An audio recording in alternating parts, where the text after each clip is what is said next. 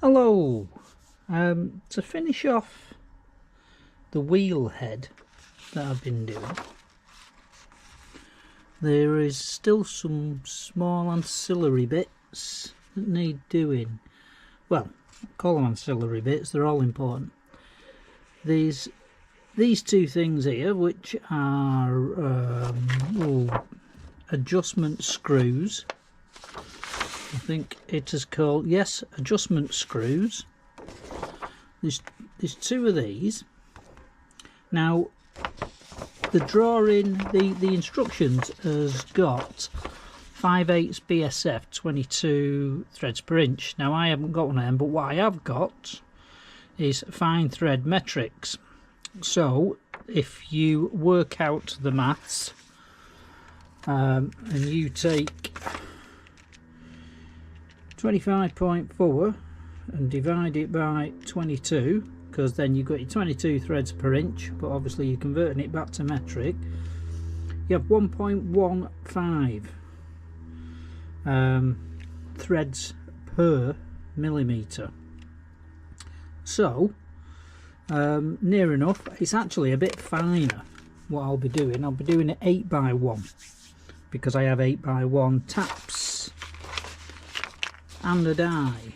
I could screw cut these little screws, but for what they are and what they're doing, the thread's only about, I don't know, 3/4 of an inch or something.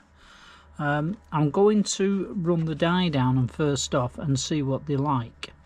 I have got some bits after this which include making the spindle, and the spindle's got a very fine thread on it. You can just see in there is a locking ring that needs to be made. It's 2 locking rings, and they are 32mm by 0.75. I'll be screw cutting them. You can, it says on the instructions, if you want, make it imperial. There's a picture there of I think one of the locking rings, or it could be for something else, probably for something else. I'm trying to have a look on there what they've actually got for the other size. I forget, but it's in there. Anyway, getting back to things, there are 2 of these things. There are also, oh, there they are, you can see them there. There's also 2 little nuts here. They're just plain M8 and they're made out of grub screws, but you they, oh, get this, they, I think, if I'm getting it all right, they locate in these. So you want to excuse me, chamfer them 60 degrees. Now it does say accuracy isn't important. It actually says if you get them slightly off, it gives you a little bit of leeway to line it up. I'm not too sure final assembly, but what I'll be doing them on the lathe, and if they turn out right, they turn out right. So there's a couple of those to do. There's also, out of I think there's some M5, oh no, sorry, another M8, 2 M8 bolts, and again, oh, there's the ones that are turned down on the ends. You can see them there. They just used for, I think he says that's that bit. So they're there, or whichever way around it goes. They help to centralise it. Now there are 2, there, some more out of grub screws. I think these, there, them 2, yes they are, and just 60 degrees on the end. So there's 2 of these things, there's 2 of them, not a clue, whoops, not a clue what that is, all that bit. There's also this collar up here. Now these things do have division marks on them, which I will try and do all at a later date when I get my rotary table on the mill and my Hemingway graduation tool, which has now been blackadized and should look a lot better, but we'll see. You can see the graduation mark. There's two of these collars as well that need doing. Shows a little bit. There they are there, and these have got division marks around them as well. I think there's one with divisions. There might be one at the bottom, I'm not too sure, or it might just be one at the top. But that's some of the ancillary bits I'm going to have a go at making now, and then that should be a little bit more done for this wheelhead, and then we're going to get on to that spindle. Sorry for burbling on. Oh, there is one other thing that I've done off camera, and it's worked out again. If you remember, we machined these out for cotter pins with sacrificial harbour that was in there. So I used my same method again for cotter pin jigs. Go back and have a look at the video making cotter pins. These are all the same method I've used as in all the others. There's another jig for a different size one. Make two at once. This is bored out, so obviously that fits in there, nice snug fit. And these two, a later date, will all be trimmed for the wheelhead, for its cotter pins, for holding the spindle in. You can see there, I haven't split this casting because, like I say, I'm using cotter pins in it. I just fancied the idea of doing it, giving it a go. Yes, it does take longer, but hey, it's interesting. Or at least I found it interesting. Right, so we're going to crack on with some of these little bits now, and then we'll get on to turning this spindle.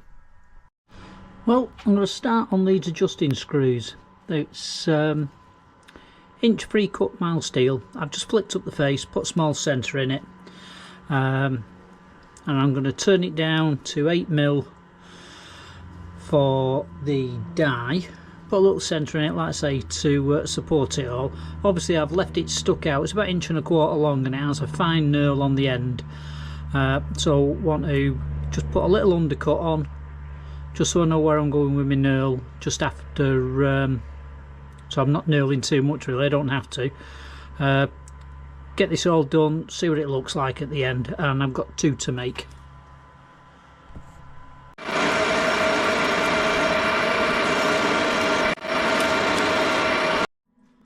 Right.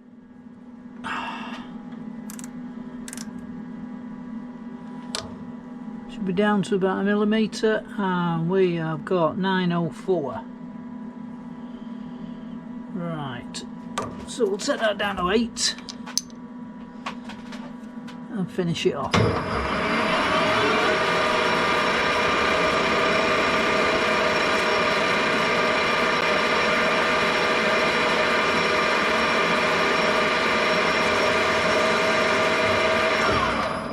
Right, and that's my little mark. I'm going to go past that when I knurl. Now I've just done this, it should be a tad under 8. Nah, it's nearly 02. I like to do it up to about 05 and running a die down it, might as well. Like I say, as long as it fits on the nut. So I'll just get a little chamfer on the end now, clean that up, and get set up for running the die down. Now that's ready. I'm going to polish it. I saw a video a while ago and there has been a few comments on, I'm not saying what's right and what's wrong, because polishing with this stuff on here we know isn't, well, it's not the safest of things, but neither is using a lathe. As we say, we whiz this thing round at a fair rate of knots and put these things in between. I was shown a long time ago, yes, we do use emery on stuff and we do polish things. It's nature of the job. Get a bit of rust off and whatever. You've got to be careful. I think it's just the way it is. We'll run files on here. My idea is, if I'm going to put anything in, piece of paper and my fingers, I try and support myself. There. I like to have the guard down. Not just for swarf flying around, but it gives me something to rest my hand on. It gives me, you know, if I do slip, ooh, I've got this hand pressing that way. I mean, there's a good chance we'll hit this thing as well. You know, that with your hand. I mean, I'll be honest, I've got marks, I've got slice marks. You know, some of when this was stood still, you'll pick swarf up, we've all got it. But anyway, I'll rest my hand. A little bit of pressure going that way. We've got this. You know, when this is whizzing round, if you do slip off the end of here and you've only got your hand like that, ooh, it'll go in. If you're bracing yourself, you've a good chance you might not.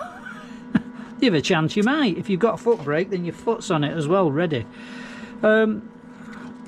These things were never meant to, well, safety wasn't in it sometimes. It was a matter of getting the job done. So anyway, that's my little bit on that. Some will like it, some won't.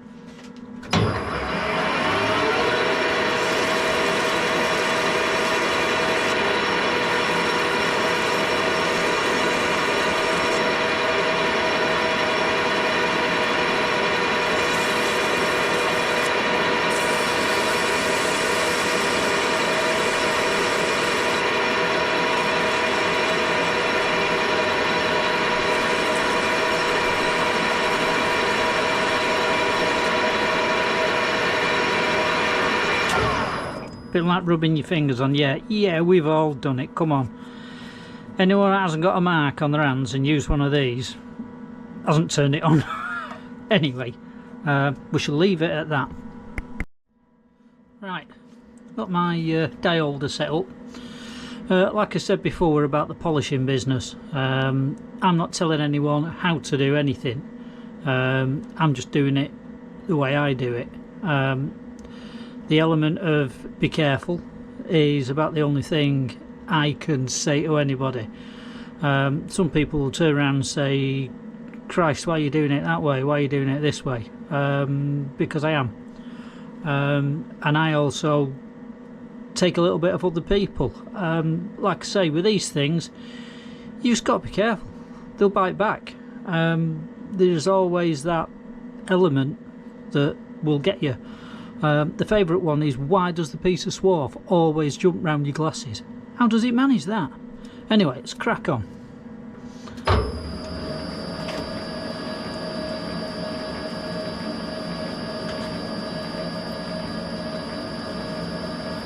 This is on a slide, obviously, as good as where I can get it.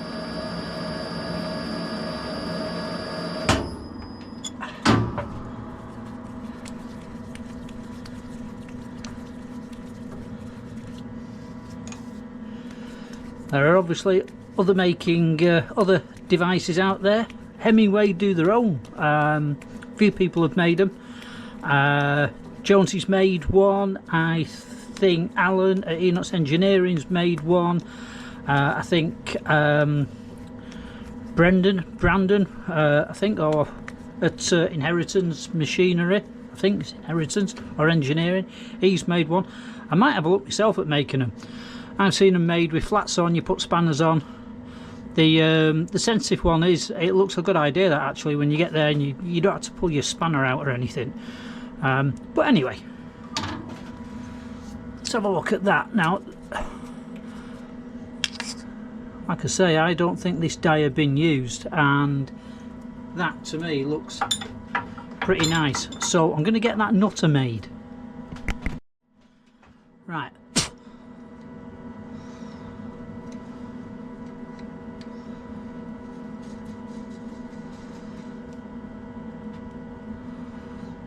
That to me is pretty nice. Yeah, there's a little bit of movement, but it's not that bad. I'm not screw cutting it. I'll have a look on the drawing to see where this is going. If it's going to butt up, I might just put a little recess under there. Get a tip with a little rad on it. I think I will actually, and I'll film it.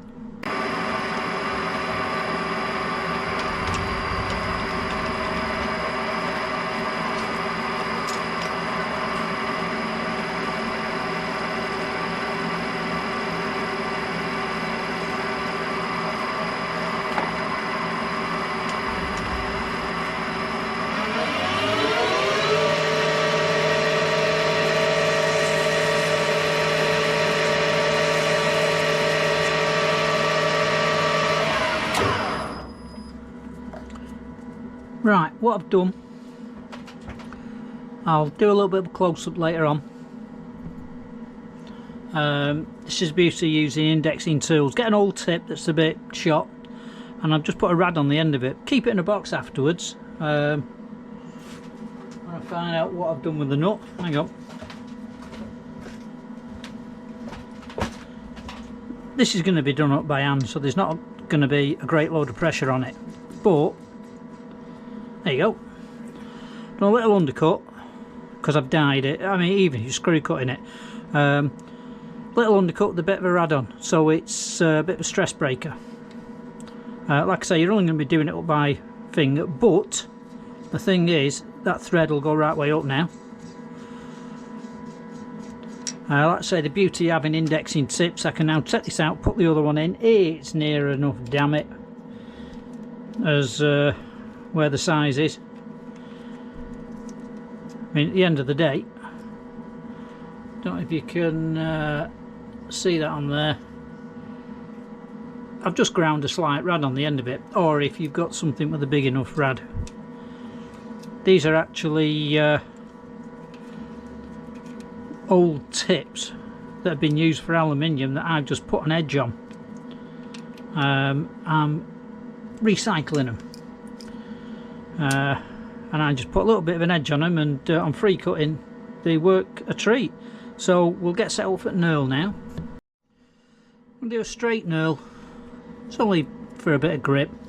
Obviously make sure that this is well away from them, because one stood still and one's whizzing round, and it won't be much good if that manages to catch that.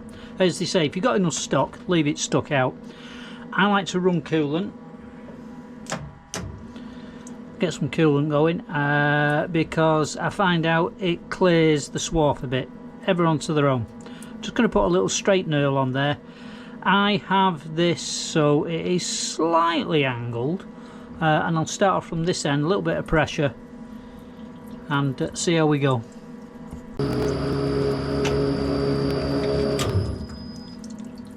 There. We'll see how that's done now.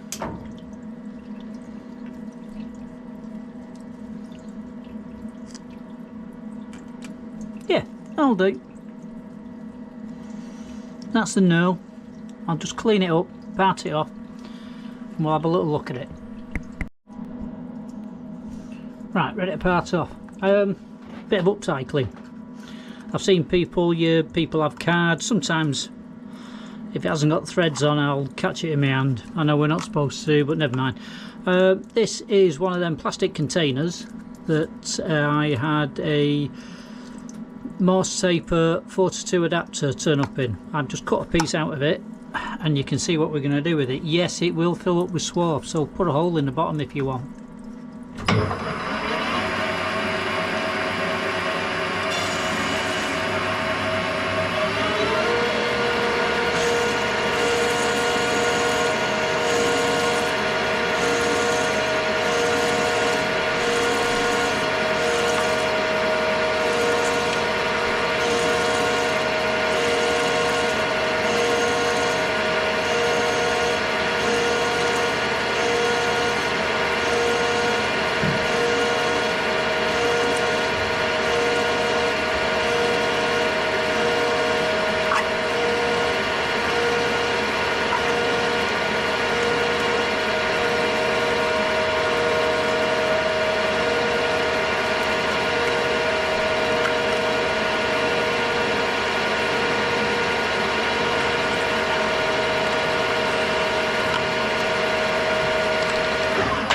There we go, and it's even cooled itself off.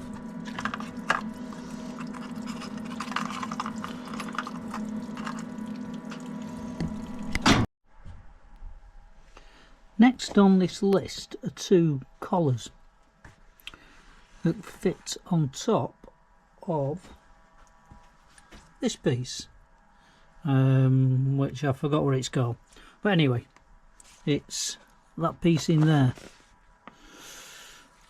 There's one of them there.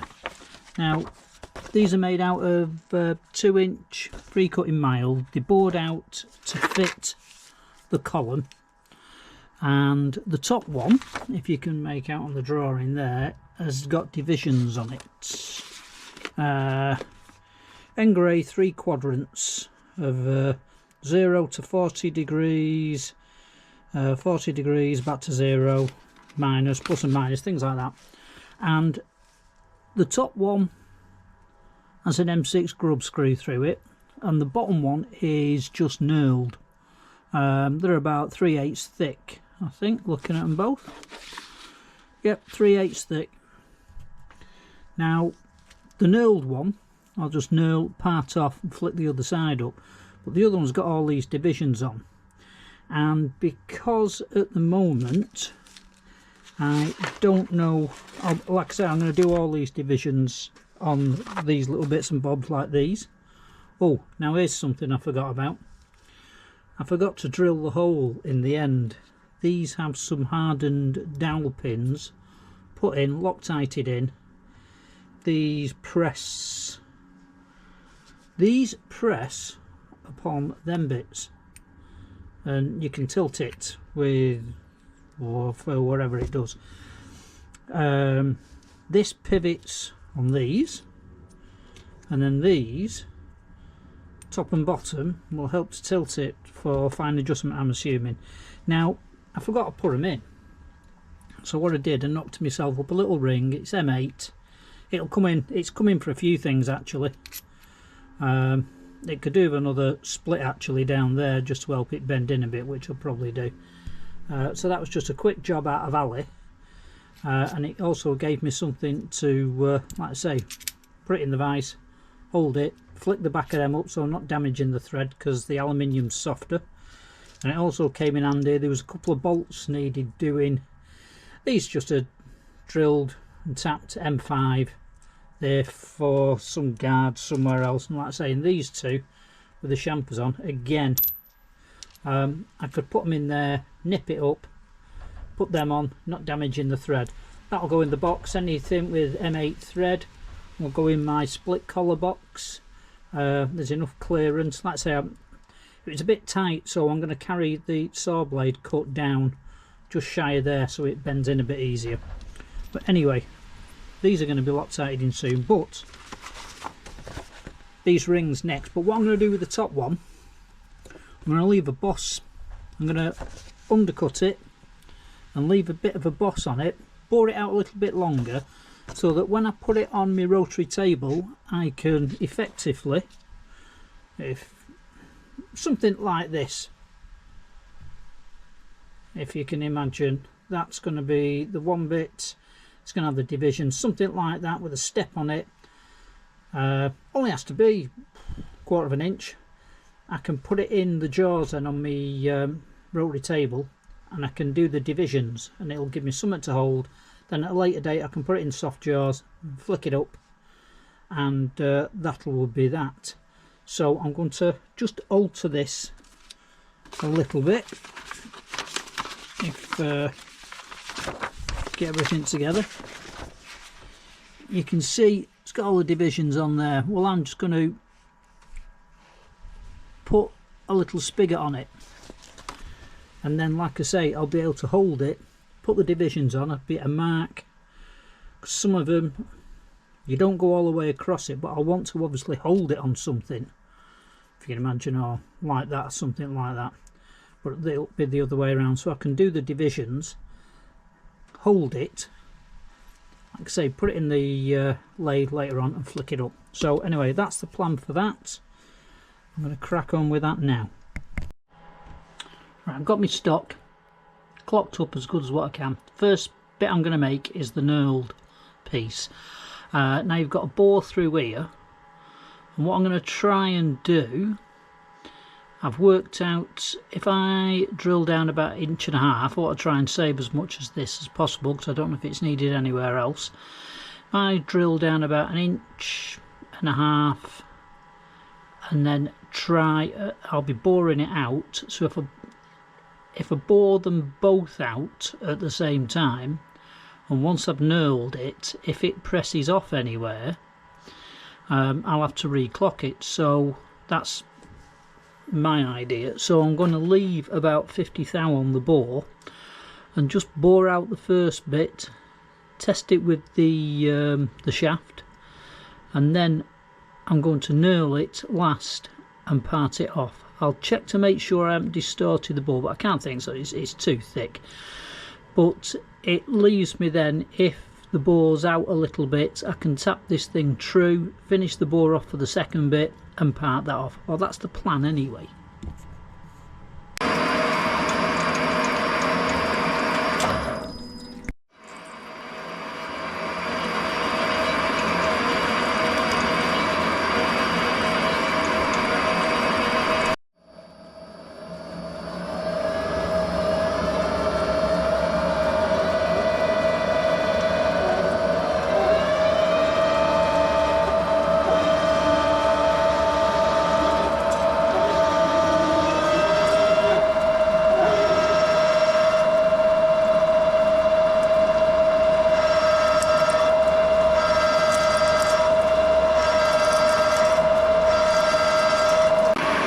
Take a little cut first off and get some sizes.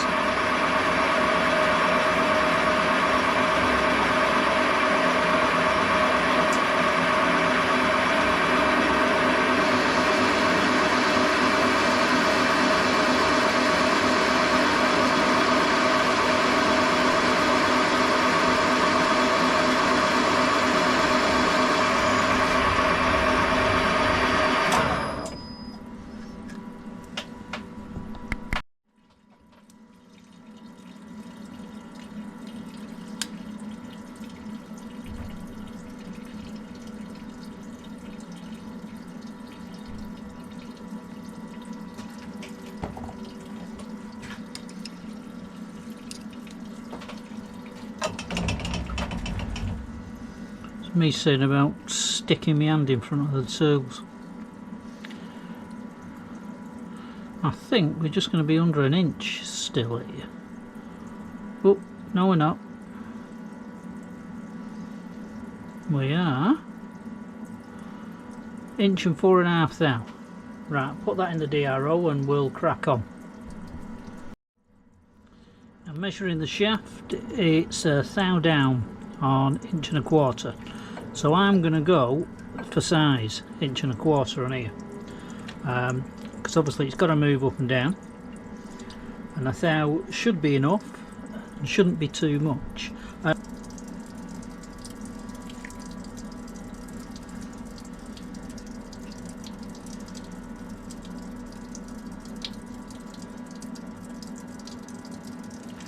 We are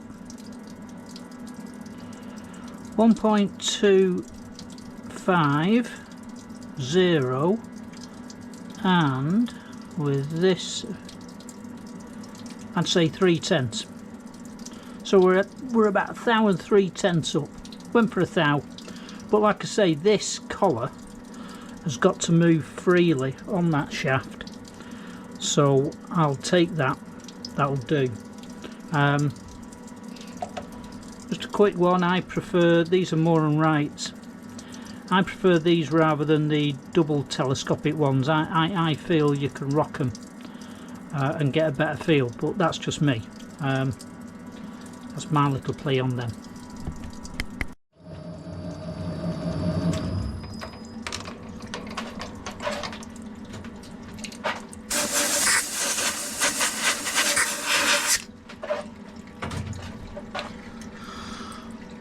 Feels nice and grippy. We've got a nice diamond pattern on there. Like I say, I like to run mine with coolant. I find it, hopefully sometimes, I say I'm not very keen on this knurling tool I've got. But anyway, I think it gets rid of some of the, like the build up of swarf and stuff. Right, now I'm going to chamfer it now I've knurled it, because obviously got these little bits on here, and then I'll just part it off. Try and get this done before the battery goes.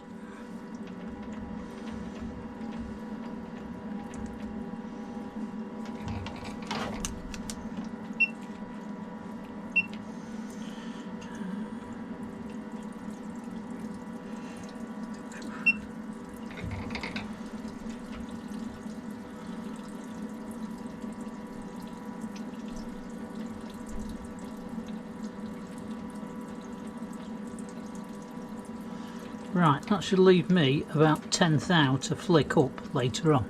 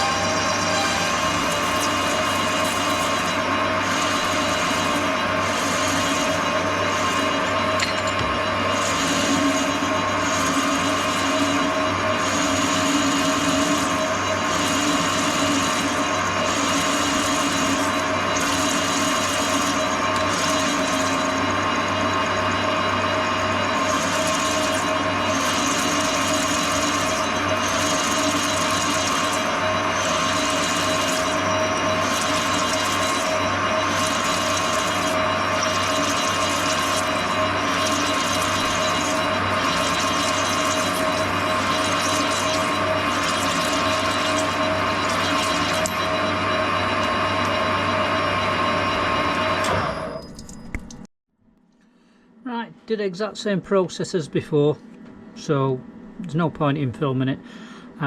Bore the thou up, polished this surface because obviously this is all going to be marked, my little boss, so I'm ready for passing off now. Made sure everything's out of the way, not going to smash into anything, and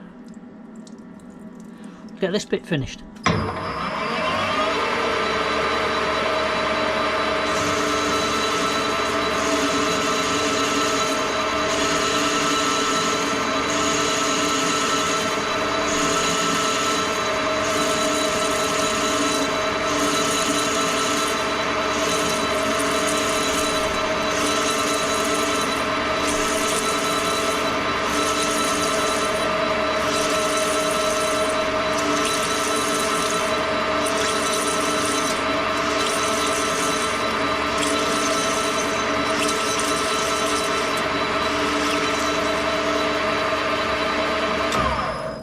That.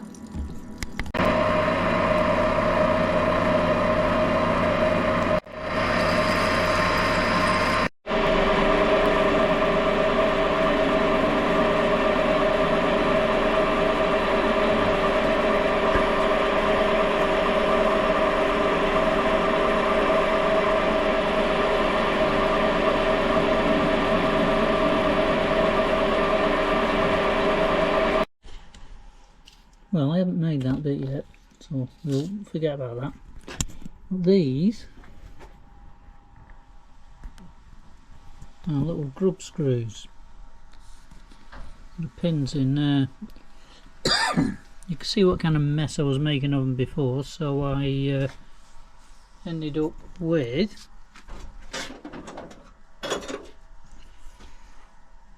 the manual parting blade. And then just flicked them up, and now they're being loctated in the end. This ring I'm going to drill through. It's got a counterboard hole down there, 4.8, that a piece of nylon fits in. So I'm going to drill through, centre drill it first, go through 4.8, follow it all the way down, go to the depth, and then this one's tapping for M6. I shall show you when I've done it properly.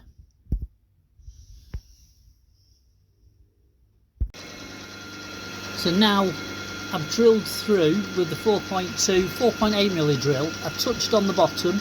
I've worked out the distance there, minus the 16th it asked for. So we're now drilled down about 310th thou.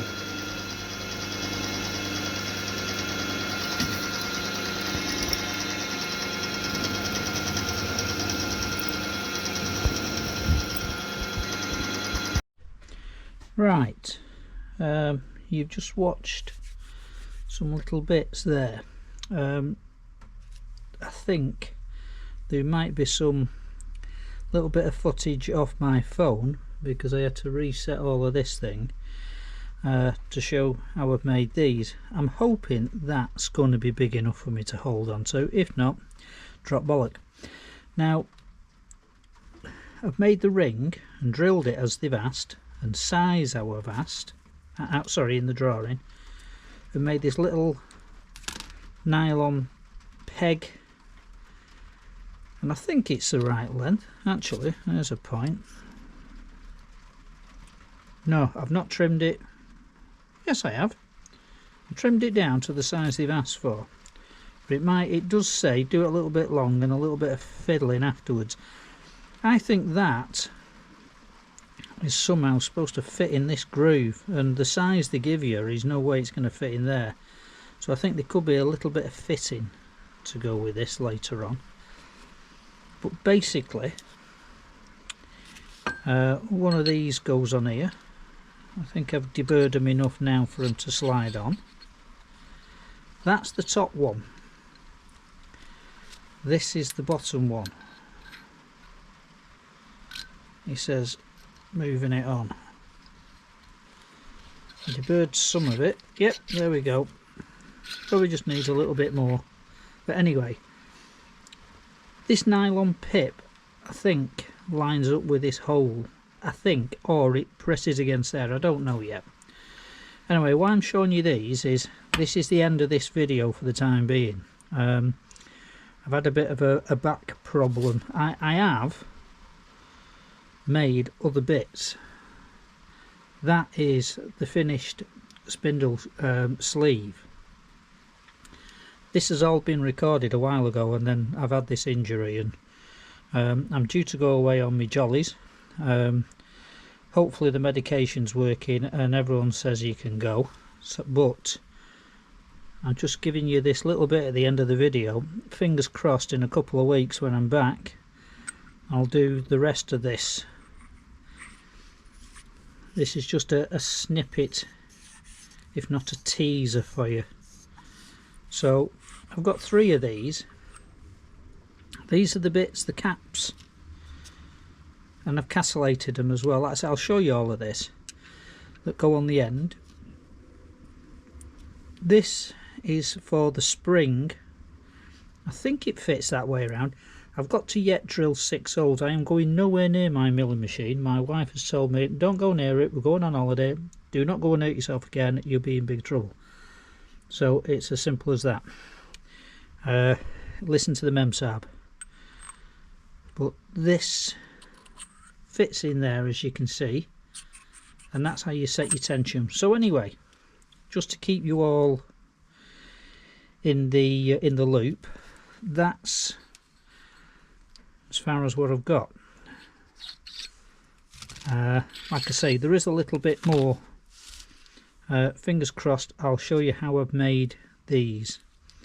It was interesting, and like I say, fingers crossed, couple of weeks, 2 or 3 weeks, I'll try and get another video out. So anyway, thanks for watching again, and sit tight.